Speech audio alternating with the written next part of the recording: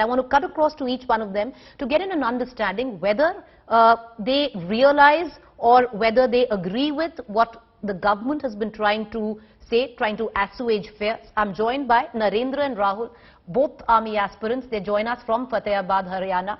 I am also joined by Gaurav. He's an army aspirant. He joins us from Sitamarhi, Bihar. बहुत शुक्रिया आप सब हमसे जुड़े। गौरव, मैं आपसे ही पहले बात करना चाहूंगी।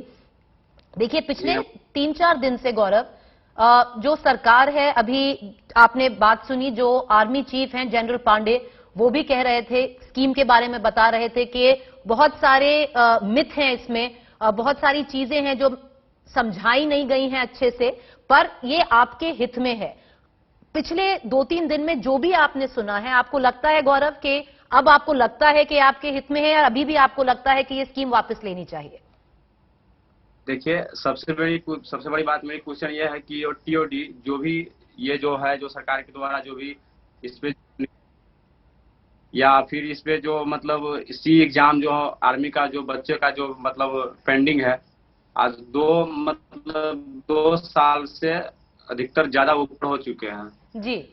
तो इस पे सबसे बड़ी क्वेश्चन इस पे ये उठती है कि वो जो सी एग्जाम बच्चों का जो है, वो सरकार मतलब कब तक लेगी, या वो उसको कैंसिल कर दिया गया है। और दूसरा क्वेश्चन जो टीओडी है जो मेरा, उस पे बच्चों को जो ये जो अधिक किया गया है, उस पे बच्चों का सबसे बड़ी बात यह है कि वो 4 साल बाद, सबसे बड़ी क्वेश्चन उठती है कि 4 साल बाद बच्चों क्या करेंगे। जो 4 साल की बात है गौरव, अब मैं बाकी के जो हैं आर्मी एस्पिरेंट उनको भी लाना चाहूंगी, जोड़ना चाहूंगी इस कॉन्वर्सेशन में।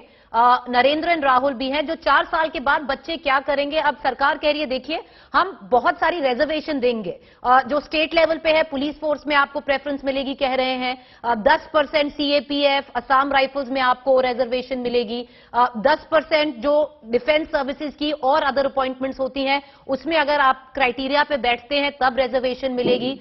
तो नरेंद्र और राहुल, आपके पास आऊंगी। आप दोनों को लगता है कि अब समझ में आ रहा है या अभी भी समझ में नहीं आया है ये स्कीम?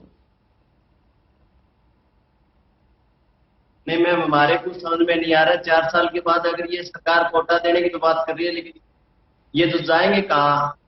कोटा किनको मिलेगा? 10% कोटे से होता क्या है?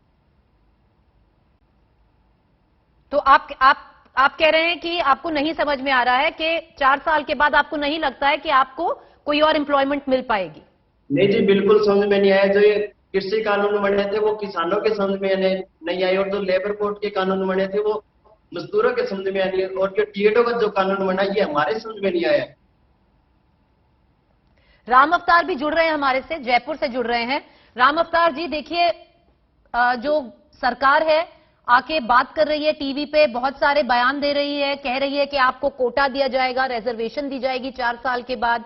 जो तीनों के तीनों चीफ है, चाहे आर्मी, नेवी, एयरफोर्स लगा लीजिए, बार बार आके कह रहे हैं कि देखिए ये आपके हित में है स्कीम। आपने वो सब कुछ सुना है, अभी आपने कुछ मन बनाया है, अभी भी नहीं समझ में आ रहा है? मैडम, टीओडी बिल्कुल हमारे खिलाफ है, क्योंकि इन्होंने बोला कि 10% कोटा सीएपीएफ और असम राइफल्स में दिया जाएगा, लेकिन इनकी वैकेंसी भी 3-3, 4-4 साल से आती है और पोस्टें भी 248 कुल रहती है, तो 75% तो 40,000 का लमसम 33,000 होता है, तो इससे बच्चे बेरोजगारी होंगे। राहुल भी हैं हमारे साथ, फतेहाबाद से हैं। राहुल, आपको क्या लगता है, आपकी सबसे बड़ी क्या समस्या है स्कीम से? हम 4 साल की नौकरी करके एग्री नहीं है सरकार से। हम 4 साल की नौकरी के लिए 7 साल प्रैक्टिस करते हैं, 3 साल की एनसीसी, 4 साल की प्रैक्टिस। हम 7 साल प्रैक्टिस करके क्या 4 साल की नौकरी करेंगे? मैं अब सबसे बड़ा जो समस्या आ रही है, जैसे आप सब कह रहे हैं, सबसे बड़ा मुद्दा है कि 4 साल के बाद आपको विश्वास नहीं है कि आपको अब्सॉर्ब कर लिया जाएगा, कहीं कोटा मिलके आप वहां पर चले जाएंगे नौकरी। सबसे बड़ा मुद्दा अगर मैं आप सबसे पूछूं, यही निकल के आ रहा है कि 4 साल के बाद आप क्या करेंगे, और जो आश्वासन सरकार दे रही है वो आपको नहीं लग रहा कि उस पर खड़ी बैठेगी। नरेंद्र, आप पहले बोलिए।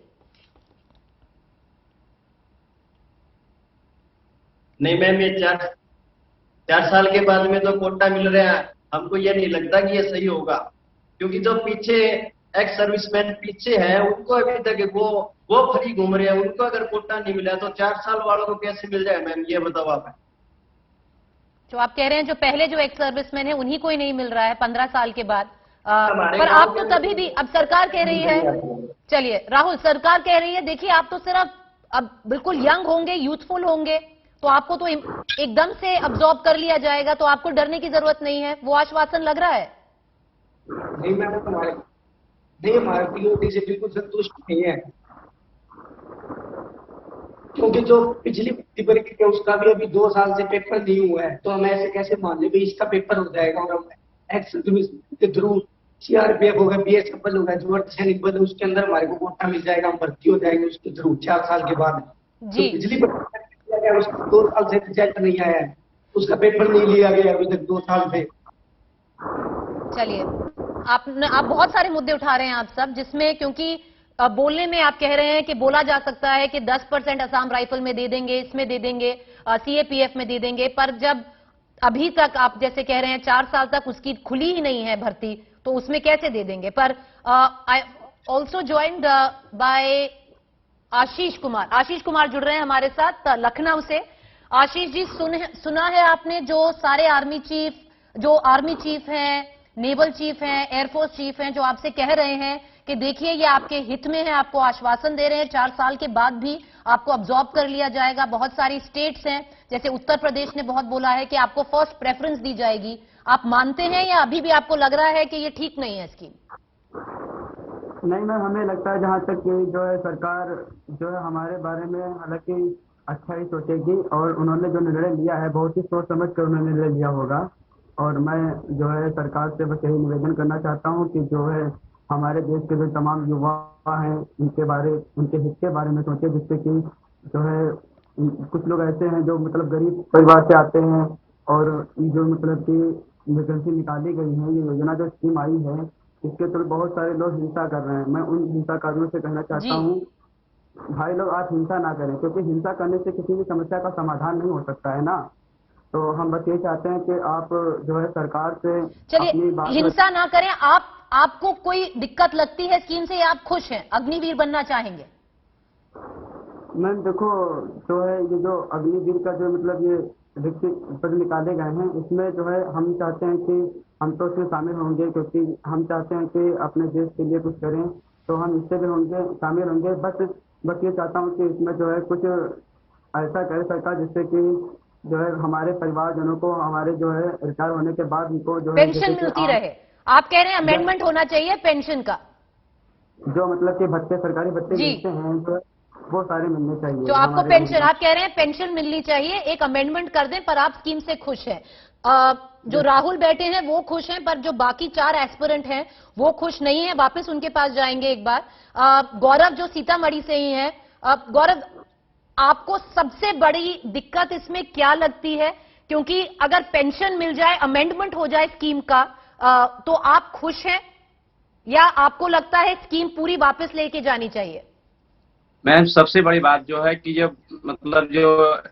ये मतलब बोले हैं कि जो मतलब 4 साल के बाद बच्चे को इसमें मतलब हम 10% का आरक्षण देंगे, तो ये तो पहले से ही है ना। जो मतलब बंदे जो रिटायरमेंट होकर के आते हैं वो बंदे पहले से ही मतलब उसको आरक्षण कहीं न कहीं मिलती है, बैंक हो या सीआरपीएफ हो, रेलवे हो, इसमें कहीं न कहीं वो उसको पहले से आरक्षण है। तो जब उस लोग का कोटा पूर्ण नहीं हो रहा है, तो जब ये 4 साल के बाद ये बच्चे जो आएंगे उसका फिर तो बेरोजगारी ही रह जाएगा।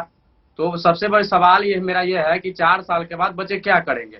अभी जो इतना ही सुबह सुबह बच्चे 4 बजे धूप में निकल करके सुबह बच्चे पसीना बहा करके ग्राउंड फिट होकर के मेडिकल रिटेन ये सब करके जा करके फिर उसके बाद फिर वो अपना जिंदगी फिर जहां से शुरू करती है वहीं पर खत्म हो जाती है।